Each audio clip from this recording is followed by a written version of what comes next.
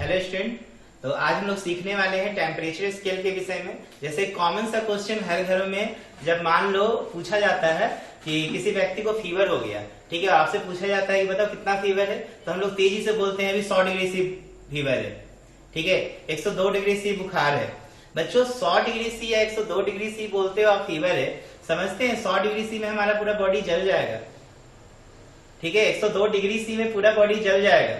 तो वहां पे टेम्परेचर जो होता है ना बच्चों फ़ारेनहाइट में होता है। अगर मैं बोलूंगा 100 डिग्री फ़ारेनहाइट है वो, ठीक है ना कि 100 डिग्री सेल्सियस है। तो ये बहुत ज्यादा कंफ्यूजन होता है सभी के साथ, फ़ारेनहाइट, सेल्सियस या केल्विन। तो आज मैं तीनों स्केल को एक दूसरे से रिलेट करके बताऊंगा। जैसे मान लो आपसे सवाल पूछा जाता है कि 100 डिग्री फ़ारेनहाइट किसी व्यक्ति को फीवर है, तो बताओ उसको डिग्री सी में उस फीवर को हम किस तरीके से मेजर करेंगे। तो आपको एक फार्मूला बता दिया जाता है C/5 equal to F minus 32/9। तो आप क्या करते हो, C/5 is equal to 100 minus 32/9 कर लेते हो। इसके बाद देखो क्या करोगे, 9C बराबर 5 इंटू, देखो 100 में से 32 आप क्या करो सब्ट्रैक्ट करो तो 68 हो जाएगा। तो 9C बराबर देखो 8 5 40 और 4 6 5 30 और ये 34। तो C बराबर देखो 340 बाय क्या लिखोगे 9। अब आप 9 से डिवाइड कर दोगे 340 में तो क्या हो जाएगा, डिवाइड करो 9 3 या 27, तो ये हो गया 14 में 7 गया 7, फिर 9 7 जा 63, फिर 7 9 7 जा 37.77। तो आप कहते हो कि 37.77 डिग्री सी किसी को फीवर है। अगर मान लो किसी व्यक्ति को 100 डिग्री फीवर है, एफ फीवर है, तो समझेंगे 37.77। अब देखो 100 डिग्री और 37.77 में डिफरेंस है कि नहीं, तो बोलना गलत होगा ना, बोलना बिल्कुल गलत होगा कि 100 डिग्री सी फीवर है। 100 डिग्री सी का मतलब बहुत ज्यादा हुआ। तो बच्चों आप सीखते हैं, ये भी मैंने आपको फॉर्मूला लिख के दिया कि C/5 equal to F minus 32/9। आज समझते हैं कि ये फॉर्मूला आया कैसे। और मान लो अगर टेम्परेचर हम लोग को स्टैंडर्ड जो टेम्परेचर होता है वो केल्विन होता है, तो केल्विन में भी हम डिग्री सी या फ़ारेनहाइट को किस प्रकार से कन्वर्ट करेंगे। तो टोटल कॉन्सेप्ट आज सीखने वाले हैं टेम्परेचर कन्वर्जन का। तो बहुत मजा आएगा, वीडियो को लास्ट तक आप देखना, समझ में आएगा पूरा कॉन्सेप्ट। मैं इसको इरेज कर रहा हूं और मैं स्केल बना रहा हूं, मैं 3 बेसिक स्केल बना रहा हूं, ठीक है। एक स्केल मैं सेल्सियस का बनाया, दूसरा स्केल फ़ारेनहाइट का और तीसरा स्केल बच्चों केल्विन का ले लेते हैं, ठीक है। यहां पर ध्यान देंगे, मैं आइस पॉइंट लिखूंगा, यहां पे भी बच्चों आइस पॉइंट, यहां पे भी आइस पॉइंट। ये स्केल का मैंने नाम बता दिया, ये सेल्सियस स्केल, ये फ़ारेनहाइट स्केल और ये क्या है केल्विन स्केल है, ठीक है। यहां पे हम इसका स्टीम पॉइंट लेंगे, ये पॉइंट भी आपका क्या कहलाएगा स्टीम पॉइंट, और ये भी पॉइंट क्या कहलाएगा स्टीम पॉइंट, ठीक है। तो देखो आइस पॉइंट अगर हम सेल्सियस स्केल में बात करें तो वो 0 होता है, ठीक है, और स्टीम पॉइंट जो होता है बच्चों 100 डिग्री सी होता है, ठीक है ना, 0 डिग्री सी 100 डिग्री सी। यहां पे अगर आप आइस पॉइंट बात करोगे तो 32 डिग्री फ़ारेनहाइट होगा, और स्टीम पॉइंट बात करोगे तो 212 डिग्री फ़ारेनहाइट होगा। यहां पे अगर आप आइस पॉइंट केल्विन स्केल में डिस्कस करोगे तो 273, हम राउंड फिगर में ले रहे हैं, ऐसे 273.15 समथिंग रहता है, तो आप 273 इन लेके चलो, 273 केल्विन, और ये जो होगा स्टीम पॉइंट 373 केल्विन होगा, ठीक है। आप 273.15 भी लेके बना सकते हो, मैं बस समझाने के पॉइंट ऑफ व्यू से आपको बता रहा हूं। ये स्केल क्या है सेल्सियस स्केल, ये स्केल क्या है फ़ारेनहाइट स्केल, और ये स्केल क्या है केल्विन स्केल। नाम याद रहेगा ना, सेल्सियस स्केल, फ़ारेनहाइट स्केल और केल्विन स्केल। मैं आपको सिंपल सा एक फार्मूला बता रहा हूं, मैं फार्मूला लिख रहा हूं स्केल, ध्यान देंगे हम ये स्केल और इस स्केल सबको ना एक फार्मूला से रिलेट कर रहे हैं बच्चों। मैं फार्मूला लिख रहा हूं scale minus ice point upon steam point minus ice point.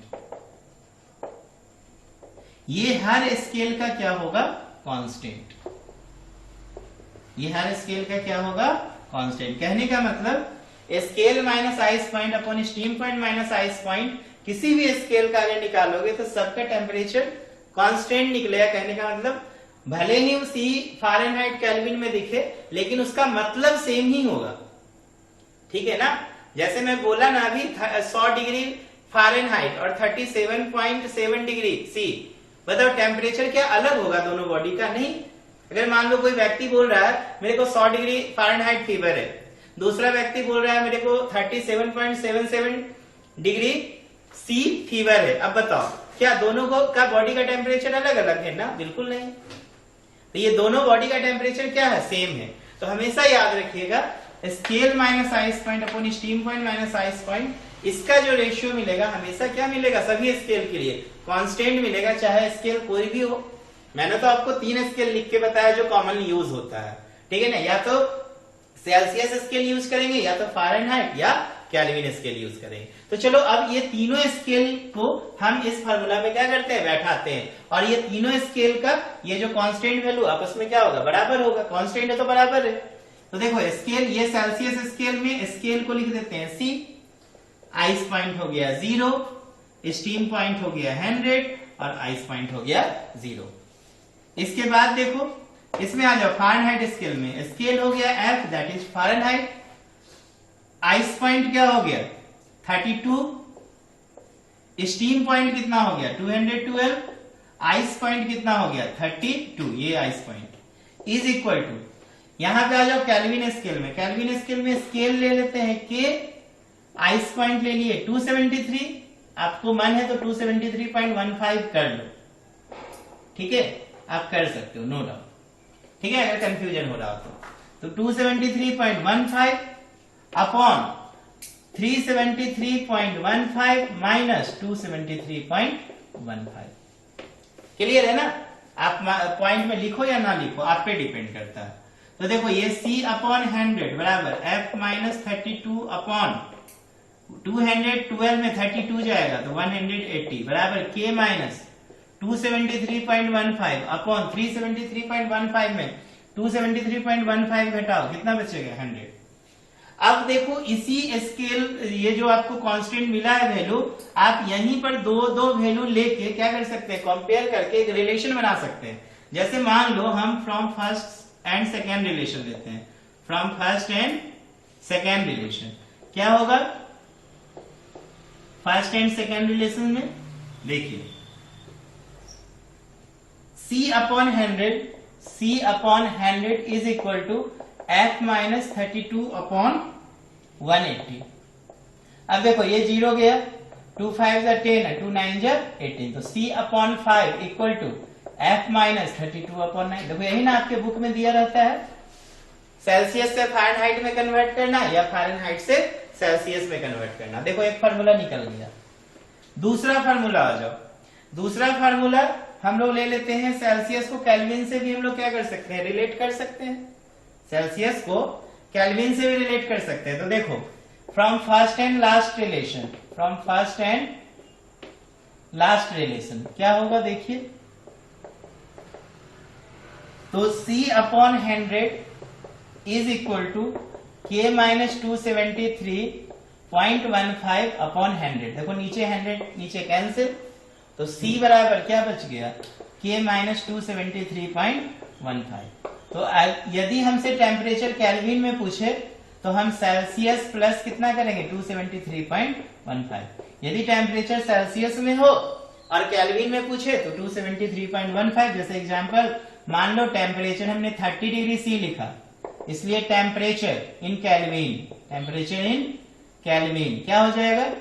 तो 273 प्लस 273.15 प्लस कितना कर दो 30, तो 300.15 केल्विन निकल गया ना। टेम्परेचर सेल्सियस में था, हमने निकाल दिया कैची में? केल्विन में। इसी प्रकार आप फ़ारेनहाइट और केल्विन को भी लेके क्या कर सकते हो? कंपेयर कर सकते हैं। तो from last two relation, from last two relation क्या बनेगा? देखो from last two relation F minus 32 upon 180 is equal to K minus 273.15 और अपॉन 100।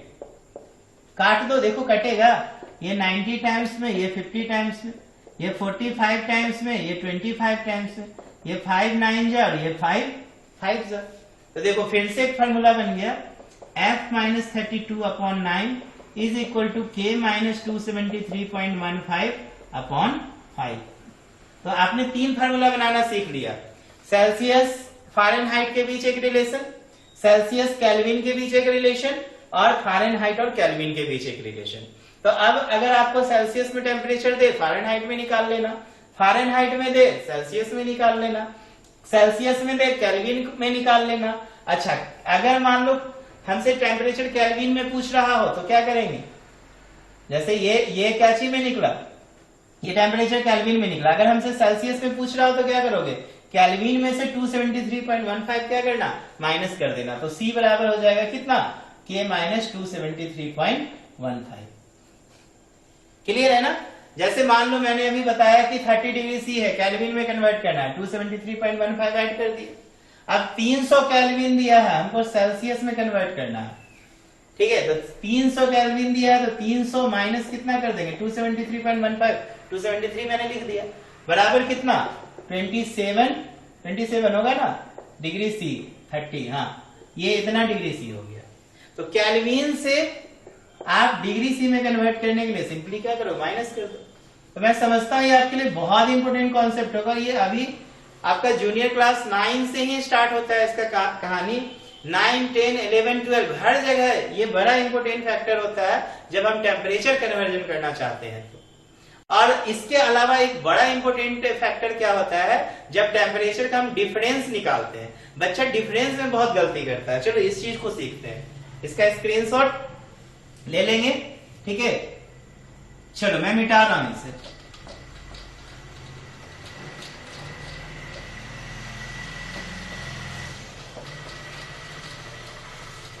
देखो बहुत सिंपल सा चीज बता रहे हैं। जैसे मान लो हमारे पास delta T change in temperature को रिप्रेजेंट कर रहा है, 100 डिग्री C है, बोलेगा find temperature in kelvin, find temperature